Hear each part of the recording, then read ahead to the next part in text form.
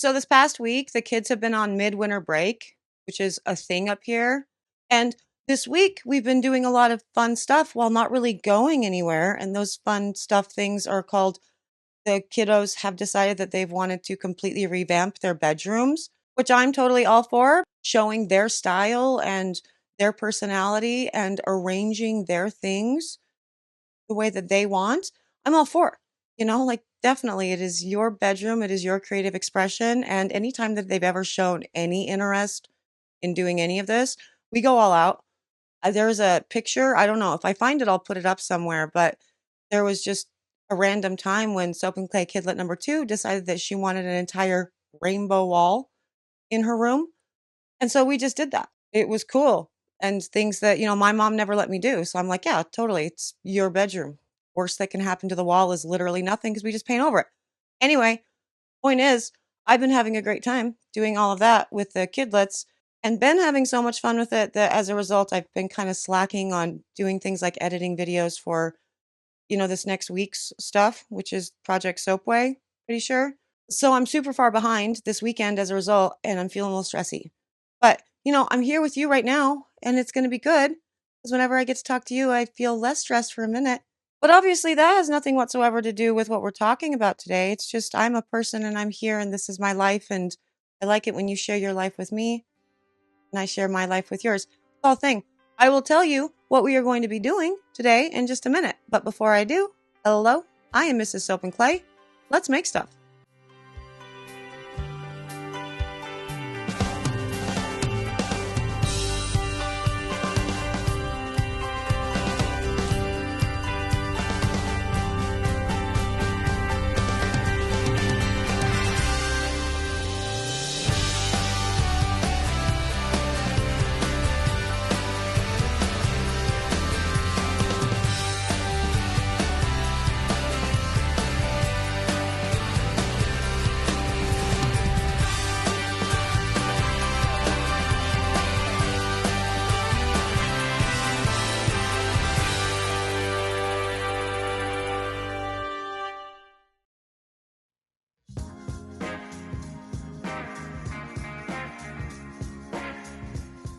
How's it going, Sudsers? Welcome back to the channel. You are at Soap and Clay, where we make all the soapy things, and you are here for week 14 of year 3, and this week we are focusing on sort of the back end of business.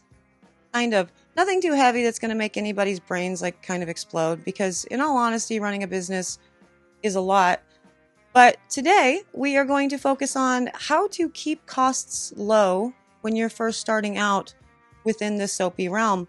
On the business side, and the reason that we're doing this is because this question was posted recently in one of the Facebook groups that I'm in, and people were like, it was sad. It was such a sad post because people just sort of started talking about how much money they're in to this thing. Like, I'm 10K, I'm 6K, I'm 5K, and I'm like, not okay. And one person came out and said, oh, hey, I wrote a blog about how to do this. The blog basically was just some weird platitudes, and the overarching theme was hire a chemist to figure out a way to get your products cheaper and or use literal DIY recipes for your starting products. So for example, in a whipped sugar soap scrub, just don't whip it and don't make a soap scrub. And instead, just get some coconut oil and some sugar, make a scrub and sell it. And I don't think that's a good idea. I am 100% against selling, I can put this stuff together in my literal kitchen to someone else. I don't think that's a well-formulated product. I don't think that's responsible for us to do as business owners. So I don't think you should do that. But also, we should probably talk about ways to keep your costs, down, and things that you should do when you're first starting out, so you're not $10,000 in the hole when your website finally goes live. And so let's do that. That's what we're going to be doing today. Let's get to the video. I will be pouring, I think, the unicorn bar while we talk about all of this. So let's go there and, do that thing.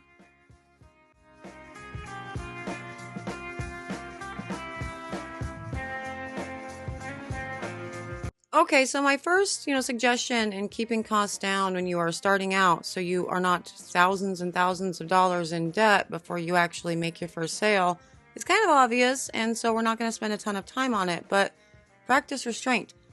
And that is hard to do. I understand that completely, because when you see all these amazing soaps that X, Y, or Z person is making from all of the soap forums that you are following for inspiration, for recipes, the YouTubes, me, or whatever, don't feel like you have to make it all. You don't. You do not have to make it all. You do not have to have a massive offering when you first come out of the gate. Realistically, you don't have to have a massive offering ever. This is not a requirement. And honestly, the more products you have, the more complicated your life gets, because you have to remember all these products, manage all of these products, and, spend all the money to get all of the ingredients and the molds and all the materials in order to make all of these products. And that can be a lot. When I first started my website, I had, initially I had just a few products, but I did not follow that advice. And I decided, I want to do all these other things. And for every whipped sugar soap scrub, I want to have 6 different varieties. And for every bath bomb, I want to have 25 different varieties. And it just ballooned into hundreds of products. And hundreds of products means I have to spend a lot of money for all of these different, products to be made. So I really would recommend that at the very beginning, you basically just kind of structure your line around, let's say, 6 to 10 scents and a theme. That's it. No more than that.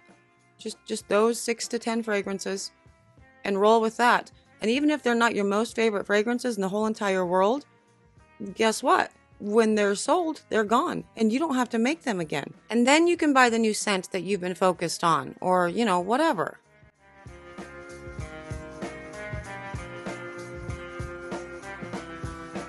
And the next step in making sure that you can keep your costs low is dialing in your recipes. And I mean that for all recipes that you make. Now, as I just said earlier, keeping it simple, very, very, very good idea. I really do think you need to not go overboard. Just practice the restraint. Find your inventory right away to the things that you really want to make, the things that you know that you can source the ingredients for, cost effectively, and have the recipes and whatnot kind of basically have most of the same ingredients within them, right? And so we do this a lot. This is one of the reasons why I like doing tests so very much. And an example of that would be bath bombs. I have done multiple tests within, the YouTube channel over the years, showing you the differences between a bath bomb that contains cocoa betaine or SLSA or, whatever, versus a polysorbate, to give you the option so you can see firsthand the pros and the cons, the performance of the bath bomb, so basically what you're getting before you actually start ordering anything. And you can make a determination as to what you actually want to include within your bath bomb recipe.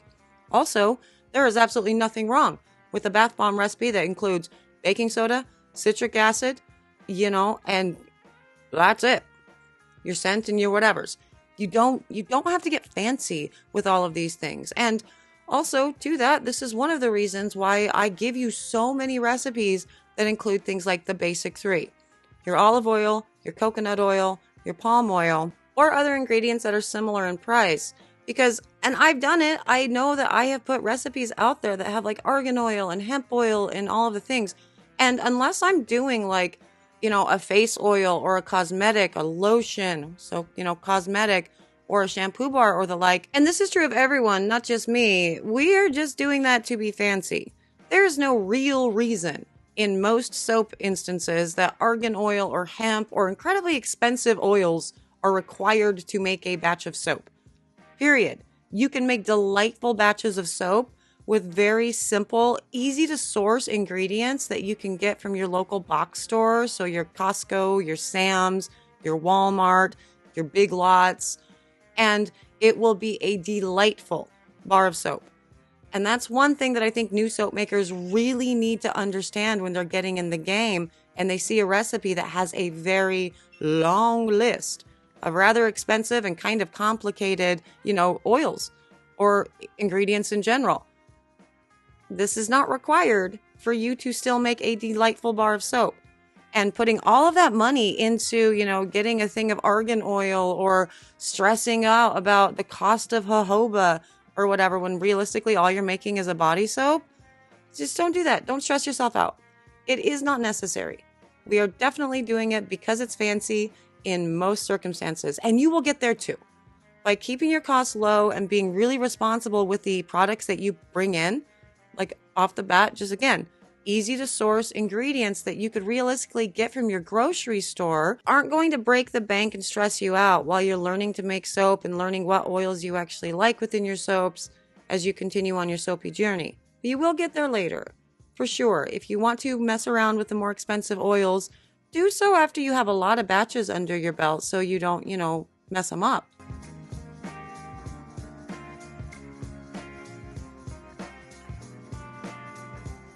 And feathering into, keeping your inventory kind of light, as well as keeping your recipes easy to source, locally and inexpensively, onto molds and whatnot. You don't have to pick up every mold in the world. If you see a soap on a soap forum that you absolutely love or whatever, it wasn't the mold that made that soap, it was the soaper that made that soap. And you can pour into almost anything. And that's true of most everything that we use in, making soap, as far as our soaping tools and everything go. Obviously, be responsible, practice best practices, and make sure everything is clean and sanitary and all the jazz. But you don't have to have this specific mold that will release things, nicely and easily or whatever. You can stick whatever you poured into a shoebox, for crying out loud, into the freezer, and it'll come out just fine. And you'll be able to use that again, provided you didn't, rip it. Get creative with your processes, and you are nothing if not creative because you are a soap maker. Is it longer? Is it more drawn out to make your own molds or to source your materials, your oils and whatnot from, local sources? Yeah, it is. It really is. And that's kind of the reality of trying to shoestring a business without getting into massive amounts of debt. Basically, just don't try to keep up with the Joneses. That is not an avenue that any of you are going to ever enjoy. If you see something that you want to make, file it away. Take a picture. Keep a file on your computer. If you see a scent that sounds interesting and you want to try it, file that away. Use Inventora to put that into the thing with some soaping notes for when you are looking for new scents again. You don't have to buy it right then and there. I guarantee soap making companies are not going anywhere. They're really not. And when it comes time to discontinue scents, they're going to tell you. You'll know about it. Don't feel like you have to do everything right away. Don't feel like you have to have a massive product offering. Don't feel like in order to be considered a real soap maker, you have to have every color of mica that exists across all mica companies. None of this is necessary. Again, be creative. Spend the money as you get it. Let your soapy dream grow organically and, responsibly, so you're not freaking out over, if you're just not in the mood to make soap today, but you really need to make soap today, because if you don't make soap today, you're not going to be able to, pay back that $1,000 that you just put on a credit card for some oils that you just needed for the one thing. You don't have to have that kind of stress. You do not have to do it this way. And if you do it slowly and small and you just take your baby steps and don't feel like you have to do it all right now, your mental health is going to feel much better.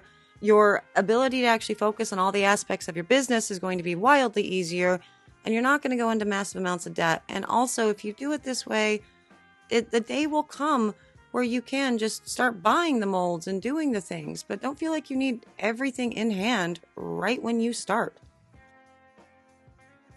And there it is, some of my advice regarding starting out and how to keep your prices low so you're not massively in debt, the second you go live with a website or a craft fair or what have you.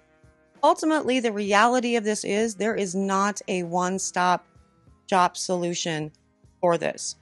Everything is so dependent on your needs, your market, your desires, and realistically, the level of commitment and money that you're willing to put into it in the very beginning. And you're going to get a lot of information and a lot of advice from a lot of different places that's going to be conflicting. But I do think the easiest thing to do at this point when you're first starting out is to keep it simple, I do not recommend Facebook marketing. I do not recommend putting any money to that. I realistically don't recommend doing that with Instagram or TikTok either, because everybody knows how those platforms work these days, and we don't care about seeing these ads. We just scroll right past them. So that's not really your best bet either. Although there are still a lot of marketing people who will tell you, hey, yeah, dump money into that. I don't think that that's showing to be a successful trend these days. And formulating your recipes to keep things as cost effective as possible starting out, it can be a lot. It can be stressful. Just, I would say, resist the urge to make this recipe that you see online that contains like hemp oil and argan oil and all the oils in a soap. Because in reality, there are a lot of recipes out there, specifically when I'm speaking of soap, that do not need the things like argan oil and hemp and all of the things within the batches.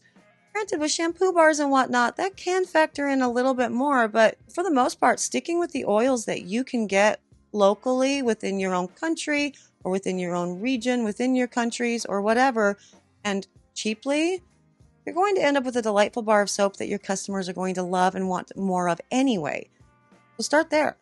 Start with the more basic ingredients. Putting fancy ingredients into a soap, for the most part, never makes the soap any cooler. And, we have a ton of examples of that, right? Coconut oil soap at 20% superfat. Delightful bar of soap. 100% olive oil soap. Bastille soaps and Castile soaps have been a thing for a very long time. So yeah, just keep that in mind. Don't ever try to keep up with the Joneses, because their journey is different and they're not on your path. So just focus on you and what you can reasonably manage without taking on massive amounts of debt. So I hope this was helpful. I really appreciate you guys for being here. As always, a big special thank you to my sudsers. You guys are epic. I'm going to go because I actually do want to go help the girls. They are organizing their clothing, which is my favorite thing in the world to do. And I don't want to miss out on all the fun. So thank you very much for existing, for being you, for being here. If you want your very own batch of the unicorn soap, you can order it on the website. It's soapandclay.com. Fun. Whole batch. I only sell them whole batch. Anyway, I will see you guys all again tomorrow for another round of soapy fun. Bye.